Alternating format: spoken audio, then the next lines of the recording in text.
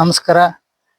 ಈ ದಿನ ನಾವು ತೋಟಗಾರಿಕೆ ಬೆಳೆ ಪ್ರಮುಖ ಬೆಳೆಯಾದಂತಹ ದ್ರಾಕ್ಷಿ ಬೆಳೆಯಲ್ಲಿ ನಿಖರ ಬೇಸಾಯದ ಒಂದು ಅಂಗವಾಗಿ ಸದ್ಯ ಪ್ರಚಲಿತದಲ್ಲಿ ಚಾಲ್ತಿಯಲ್ಲಿರ್ತಕ್ಕಂತಹ ಹಲವಾರು ಎಲೆಕ್ಟ್ರಾನಿಕ್ ಸೆನ್ಸರ್ಗಳನ್ನು ಉಪಯೋಗ ಮಾಡುವ ಮೂಲಕ ಕೃಷಿಯಲ್ಲಿ ನಾವೀನ್ಯತೆ, ತಂತ್ರಜ್ಞಾನದ ಅಳವಡಿಕೆ ಮೂಲಕ ಒಂದು ಉತ್ತಮವಾದ ಬೆಳೆಯನ್ನ ಕಡಿಮೆ ಖರ್ಚಿನಲ್ಲಿ ಬೆಳೆಯಲು ಒಂದು ಪ್ರಯತ್ನವಾದಂತಹ ನಿಖರ ಬೇಸಾಯದ ಅಂದ್ರೆ ಪ್ರಿಸಿಷನ್ ಹಾರ್ಟಿಕಲ್ಚರ್ ಒಂದು ಧ್ಯೇಯದ ಅಡಿಯಲ್ಲಿ ಇಲ್ಲಿ ನಾವು ಈ ದಿನ ನೋಡ್ತಾ ಇದ್ದೇವೆ.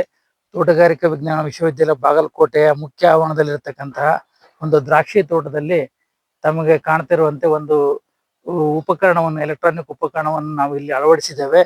ಇದು ಸ್ವಯಂ ಅಂದ್ರೆ ಇದಕ್ಕೆ ಬೇಕಾದಂತಹ ಏನು ಎಲೆಕ್ಟ್ರಿಸಿಟಿ ಸಪ್ಲೈ ಇದೆ, ಇದು ಮೂಲತಃ ಅದರಿಂದ ಒಂದು ಸೋಲಾರ್ ಪ್ಯಾನಲ್ ಅನ್ನ ಅಳವಡಿಕೆ ಮಾಡುವ ಮೂಲಕ ಇದು ಒಂದು ಇಂಡಿಪೆಂಡೆಂಟ್ ಆಗಿ ಕೆಲಸ ಮಾಡ್ತಕ್ಕಂಥ ಮಷಿನ್ ಆಗಿ ಬೇಕಾದಂತ ತನ್ನ ಎಲೆಕ್ಟ್ರಿಸಿಟಿಯನ್ನು ತಾನೇ ಉತ್ಪತ್ತಿ ಮಾಡ್ಕೊಳ್ಳೋದಕ್ಕೆ ವ್ಯವಸ್ಥೆ ಮಾಡಲಾಗಿದೆ.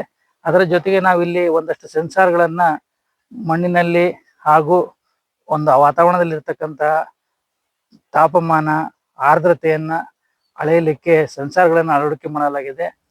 ಇಲ್ಲಿ ತಮಗೆ ಆಗಲೇ ಗೊತ್ತಿರುವ ಹಾಗೆ ಮಾರುಕಟ್ಟೆಯಲ್ಲಿ ಹಲವಾರು ಈ ತರದ ಉಪಕರಣಗಳು ಕೂಡ ಲಭ್ಯವಿದ್ದಾವೆ. ಆದರೆ ಇಲ್ಲಿ ಒಂದು ವಿಶೇಷತೆ ಏನಪ್ಪಾ ಅಂದ್ರೆ, ಈ ಮಣ್ಣಿನಲ್ಲಿರ್ತಕ್ಕಂಥ ಪೋಷಕಾಂಶಗಳು, ಮುಖ್ಯವಾಗಿ ಪ್ರಮುಖ ಪೋಷಕಾಂಶಗಳಾದ ಸಾರಜನಕ, ರಂಜಕ ಮತ್ತು ಪೊಟ್ಯಾಶ್ಗಳನ್ನು ಕೂಡ ಆ ಒಂದು ಅಳೆಯುವಂತಹ ಸೆನ್ಸಾರ್ ಅನ್ನು ನಾವು ಒಂದು ಪ್ರಾಯೋಗಿಕವಾಗಿ ಅದನ್ನು ಪರೀಕ್ಷೆ ಮಾಡಲಿಕ್ಕೆ ಇಲ್ಲಿ ಅಳವಡಿಸಿದ್ದೇವೆ.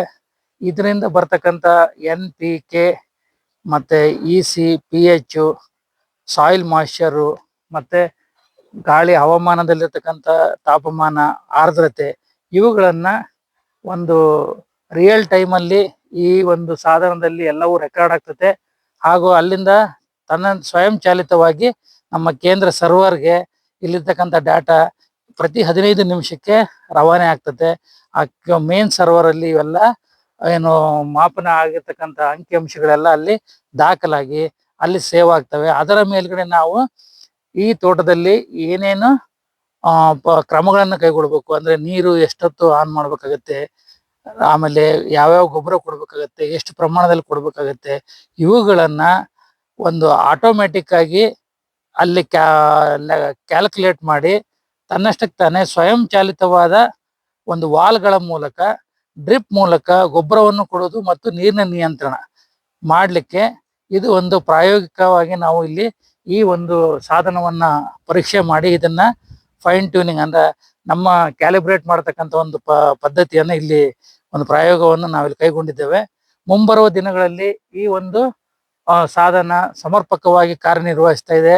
ಹಾಗೂ ಇದರಿಂದ ಬರ್ತಕ್ಕಂಥ ನಾವು ಏನ್ ರಿಸಲ್ಟ್ ಬರುತ್ತೆ ಅದನ್ನ ನಾವು ನಂಬಿಕಾರ್ಹವಾಗಿದೆ. ಹಾಗೂ ಇದನ್ನು ನಾವು ಪ್ರಾಯೋಗಿಕವಾಗಿ ಇದು ಕ್ಷೇತ್ರ ಮಟ್ಟದಲ್ಲಿ ಅಳವಡಿಸ್ಕೋಬಹುದು ಅಂತಂದೇಳಿ ಅದಕ್ಕೆ ದೃಢೀಕರಿಸಿದ ನಂತರ ರೈತರ ಉಪಯೋಗಕ್ಕಾಗಿ ಈ ಒಂದು ಸಾಧನ ನಿಖರ ಬೇಸಾಯಕ್ಕಾಗಿ, ಅಂದ್ರೆ ನಮಗೆ ಪ್ರತಿಯೊಂದು ಫೀಲ್ಡ್ ಅಲ್ಲಿ ಎಷ್ಟು ಬೇಕೋ ಅಷ್ಟು ಮಾತ್ರ ಗೊಬ್ಬರವನ್ನು ಕೊಡೋದು, ಎಷ್ಟು ಬೇಕೋ ಅಷ್ಟು ಮಾತ್ರ ನೀರನ್ನು ಕೊಡುವ ಮೂಲಕ ಒಂದು ಇಳುವರಿ, ಉತ್ತಮ ಗುಣಮಟ್ಟ ಹಾಗೂ ಅಧಿಕ ಇಳುವರಿ ಪಡೆಯಲಿಕ್ಕೆ ಇದು ಪ್ರಮುಖವಾದ ಹಂತ.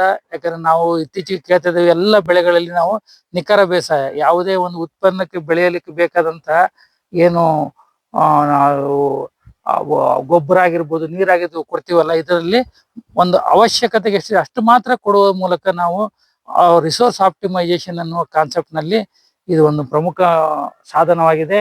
ಮುಂಬರುವ ದಿನಗಳಲ್ಲಿ ಇದರಿಂದ ಒಂದು ಒಳ್ಳೆಯ ರೈತರಿಗೆ ಡಿಸಿಷನ್ ಸಪೋರ್ಟ್ ಸಿಸ್ಟಮ್, ಅವ್ರ ನಿರ್ಧಾರ ತೆಗೆದುಕೊಳ್ಳಿಕ್ಕೆ ಮತ್ತು ಸ್ವಯಂ ಚಾಲಿತವಾಗಿ ಮಾಡ್ಲಿಕ್ಕೆ ಅನುಕೂಲವಾಗ್ತಕ್ಕಂಥ ಸಾಧನವಾಗಿ ಹೊರಹೊಮ್ಮುತ್ತೆ ಅಂತ ಒಂದು ನಂಬಿಕೆಯಿಂದ ತಮಗೆ ಈ ಒಂದು ಸಾಧನವನ್ನು ಪ್ರಾಯೋಗಿಕ ಹಂತದಲ್ಲಿಯೇ ತಮಗೆ ಪರಿಚಯಿಸಲಿಕ್ಕೆ ನಂಗೆ ತುಂಬಾ ಖುಷಿ ಆಗ್ತಿದೆ.